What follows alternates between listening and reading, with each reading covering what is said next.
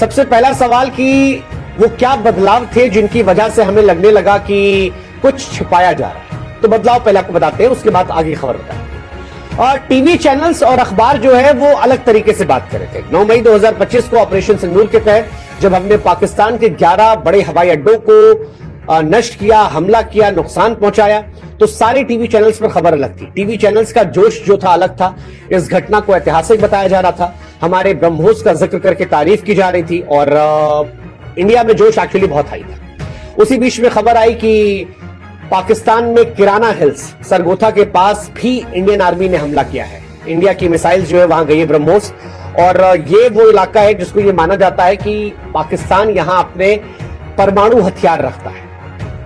इसी बीच में एक भूकंप के झटके की भी खबर आई। ये माना गया कि इंडिया ने हमला किया, शायद उसकी वजह से भूकंप आया और पाकिस्तान के लिए बहुत बड़ा झटका है। पाकिस्तान के अंत की बात मानी जा रही थी, लेकिन सडनली 10 मई की सुबह सब बदल गया। परमाणु ठिकाने पर हमले वाली खबर जो है गायब हो गई। उसके बाद सोशल मीडिया, टीवी पर जो ऑफिशियल लोग थे उनकी आवाज स्टैंड चेंज होने लगा।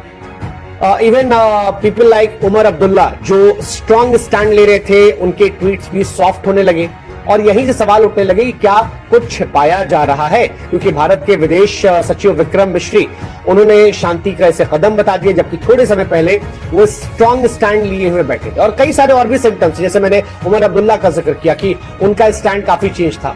नगरोटा वाली खबर, वैष्णो देवी वाली खबर का जिक्र बहुत हो रहा था, क्योंकि सोशल मीडिया पर इनको लेकर लाखों पोस्ट कर दिए गए थे, लेकिन टीवी में ये खबरें नहीं आ रही थी। मेन स्ट्रीम मीडिया इसे नजरअंदाज कर रहा था।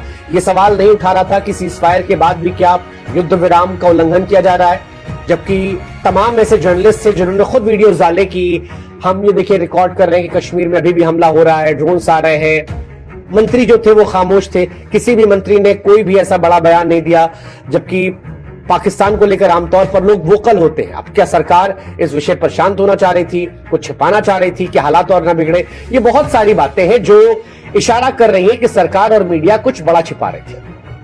किराना हिल्स पर हमले की सच्चाई और परमाणु खतरे को लेकर भी सवाल उठ रहे थे कि क्या ये इसलिए है कि भारत के पाकिस्तान से रिश्ते खराब हो सकते थे, या इंडिया, अमेरिका, पाकिस्तान ने कुछ चर्चा की। बहुत सारी बातें जो है ये निकल कर आई, लेकिन यहीं से भारतीयों के मन में सवाल आया कि ये छिपाया क्यों जा रहा है, क्या वजह रही कि हमने एकदम से वक्त बदला, जज्बात बदले, हालात बदले, स्टैंड बदला, क्योंकि इंडिया में बहुत सारे लोग मायूस इस बात को लेकर हुए। अब इसका जवाब हम आपको देते हैं। जवाब है कि ये कहानी जाती है नूर खान हवाई अड्डे पर हमले को लेकर। नूर खान हवाई अड्डा पाकिस्तान की सेना के लिए बड़ा महत्वपूर्ण जगह है। क्यों? क्योंकि वहां परमाणु रणनीति का सबसे अहम केंद्र है। ये पाकिस्तान की स्ट्रेटेजिक प्लान डिवीजन का मुख्यालय है। आसान शब्दों में अगर आपको समझाएं तो पाकिस्तान के जो परमाणु हथियार है, ऐसा माना जाता है कि वो इसी हवाई अड्डे के आसपास है। और भारत ने जब 9 मई को ब्रह्मोस मिसाइल से अटैक किया था तो यह माना गया कि पाकिस्तान में यहां पर बहुत ज्यादा नुकसान, परमाणु हथियारों की सुरक्षा को नुकसान। हालांकि ऑफिशियली इसको लेकर नहीं कुछ कहा गया, लेकिन अनऑफिशियली जो बात आई वो ये कि इस हवाई अड्डे से 50 किलोमीटर के आसपास ही परमाणु हथियार रखे थे और भारत को पता लग गया। भारत ने वहां पर अटैक किया, जिसने पाकिस्तान की सबसे कमजोर नस को दबा दिया।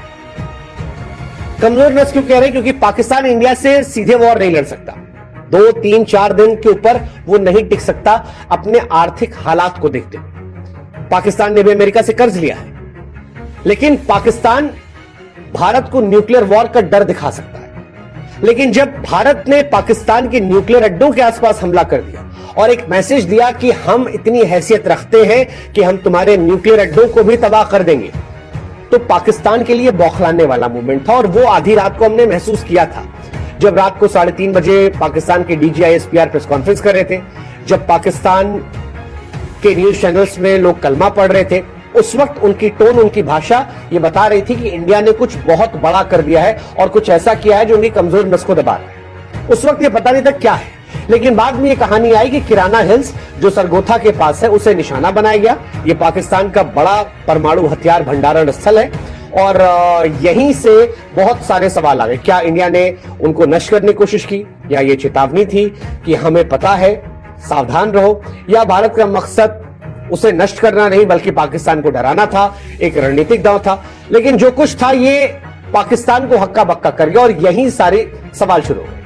अब एक्सपर्ट्स या जो अंदर खानी कहानी आ रही है वो ये कह रहे हैं कि पाकिस्तान की सेना इस हमले के बाद टूट गई थी, उनके हवाई अड्डे तबाह हुए थे, उनकी हवाई सुरक्षा बेकार हुई थी, वो लास्ट होप अपने परमाणु हथियारों को मानते हैं। और क्योंकि पाकिस्तान वो देश है जिसने इंडिया की तरह नो फर्स्ट अटैक को साइन नहीं किया। अगर आप में से लोग नहीं जानते तो उनको बता दें, भारत ने जब परमाणु हथियार बनाए तो उसने कहा नो फर्स्ट यूज, यानी हम कभी किसी देश पर पहले परमाणु हमला नहीं करेंगे। लेकिन पाकिस्तान ने ऐसी कोई बात नहीं कही है, ऐसा कोई डील नहीं किया है और पाकिस्तान इसी बात का नाजायज फायदा उठाता है। माना गया कि किराना हिल्स पर हमले के बाद पाकिस्तान इतना डर गया कि वो परमाणु हथियार इस्तेमाल करने की सोचने लगा या ऐसी कहानी बनाने लगा भूमिका जिससे अमेरिका को यह पता लगे कि वो परमाणु हथियार के बारे में सोचना शुरू कर रहा है। कई खबरें कहती हैं कि पाकिस्तान ने अपने परमाणु हथियार इधर उधर करने शुरू कर दिए ताकि भारत नष्ट न कर पाए।